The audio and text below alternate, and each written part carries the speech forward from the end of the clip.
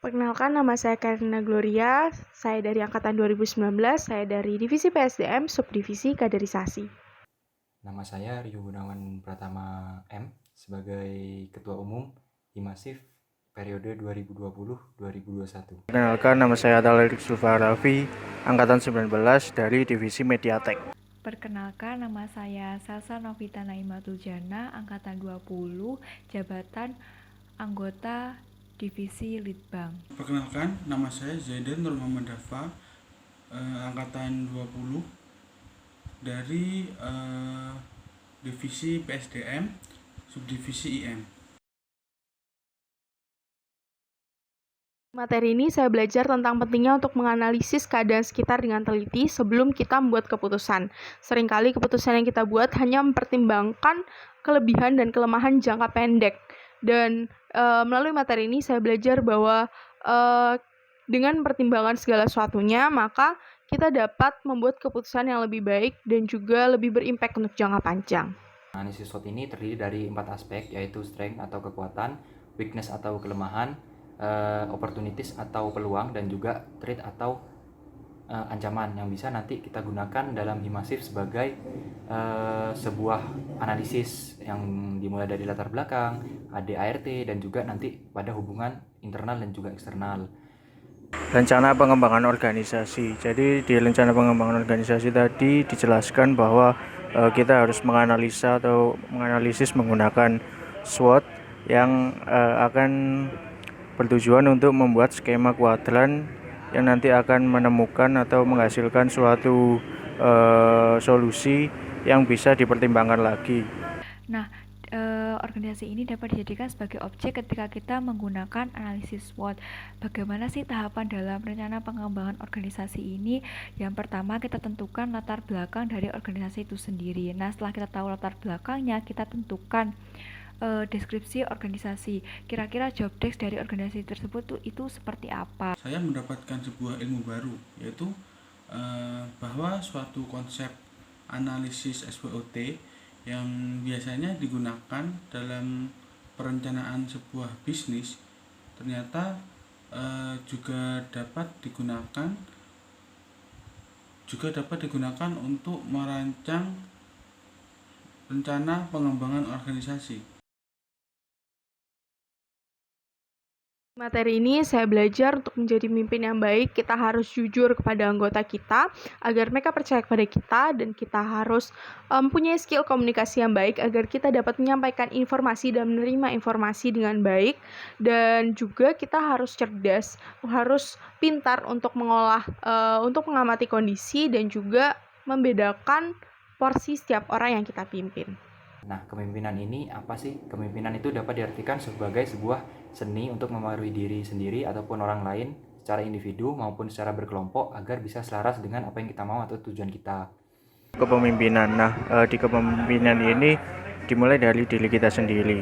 Nah, kemudian kita harus bisa mengetahui karakter anggota agar ketika bekerja sama dengan anggota itu terasa nyaman dan bisa menyelesaikan tugas dan tanggung jawab yang sudah disediakan. Sebuah seni di mana soal itu dapat mempengaruhi orang lain untuk mencapai suatu tujuan tertentu. Nah, karakteristik dari kepemimpinan setiap individu itu berbeda-beda. Kepemimpinan itu dimulai dari kita memimpin diri kita sendiri, baru kita memimpin orang lain. Kira-kira tipe pemimpin yang ideal itu seperti apa? Ada 4 kriteria, yakni jujur, dapat dipercaya, komunikatif, dan cerdas. Lalu dalam materi kepemimpinan saya belajar bahwa seorang pemimpin yang baik itu terlebih dahulu bisa memimpin dirinya sendiri.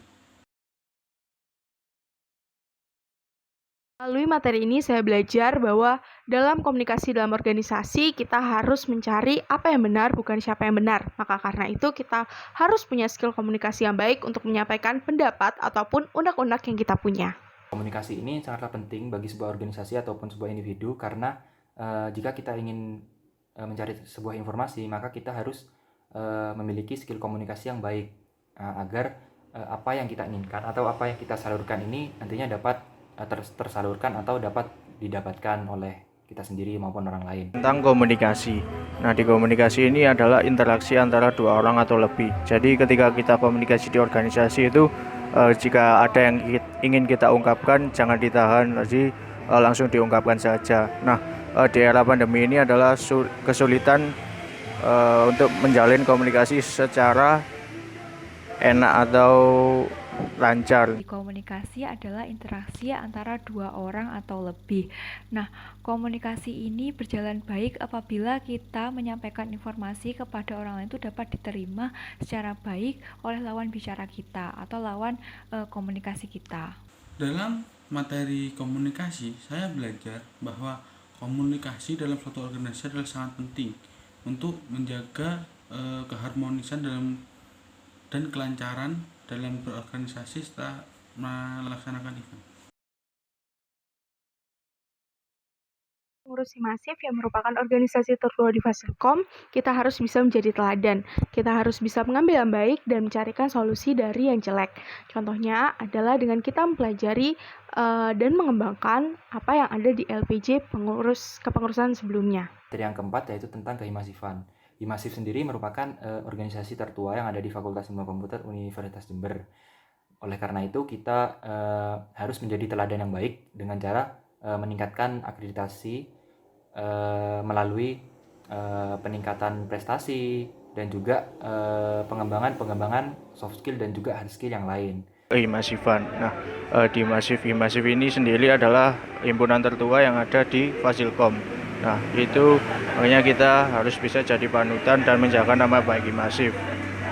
Untuk menghadapi era pandemi seperti ini, maka kita lebih dianjurkan untuk beradaptasi tanpa menyalahkan keadaan. Himasif sendiri adalah organisasi tertua yang ada di Fakultas Ilmu Komputer Universitas Jember. Nah, karena sudah menjadi organisasi tertua, seharusnya menjadi tauladan bagi organisasi-organisasi yang lain. Nah, kira-kira target dari Himasif sendiri adalah mencapai akreditasi dari B ke A. Nah, caranya seperti apa? Dengan aktif berprestasi dalam lomba. Lalu dalam materi kehimasifan, saya belajar bahwa saya sebagai pengurus himasif harus menjadi contoh yang baik untuk teman-teman di prodi sistem informasi ini. Yang membuat kita tidak bahagia bukanlah sekitar kita, tapi pemikiran kita sendiri tentang sekitar. Karena itu, kita harus berfokus kepada hal yang bisa kita kontrol, yaitu pikiran kita sendiri, agar kita bisa bahagia dan seimbang secara emosional. Karena organisasi adalah sebuah hal yang menuntut kita untuk bisa seimbang dalam segala hal. Manajemen emosi ini sangat penting, yaitu misalnya tentang manajemen stres atau bisa juga dengan kepuasan bekerja. Nah, jika kita puas, maka tentunya kita akan selalu bersemangat untuk mengerjakan kegiatan-kegiatan di masa depan seperti itu. Dan juga kita jangan pernah mengentengkan atau menyepelekan suatu pekerjaan, apalagi jika itu sangat dibutuhkan atau sangat penting. Dan kita juga jangan meremehkan pekerjaan orang lain, karena meskipun orang lain mengerjakan sesuatu di bawah kita atau lebih simpel daripada kita, ketika itu dilaksanakan dengan sepenuh hati, maka akan menimbulkan effort yang besar.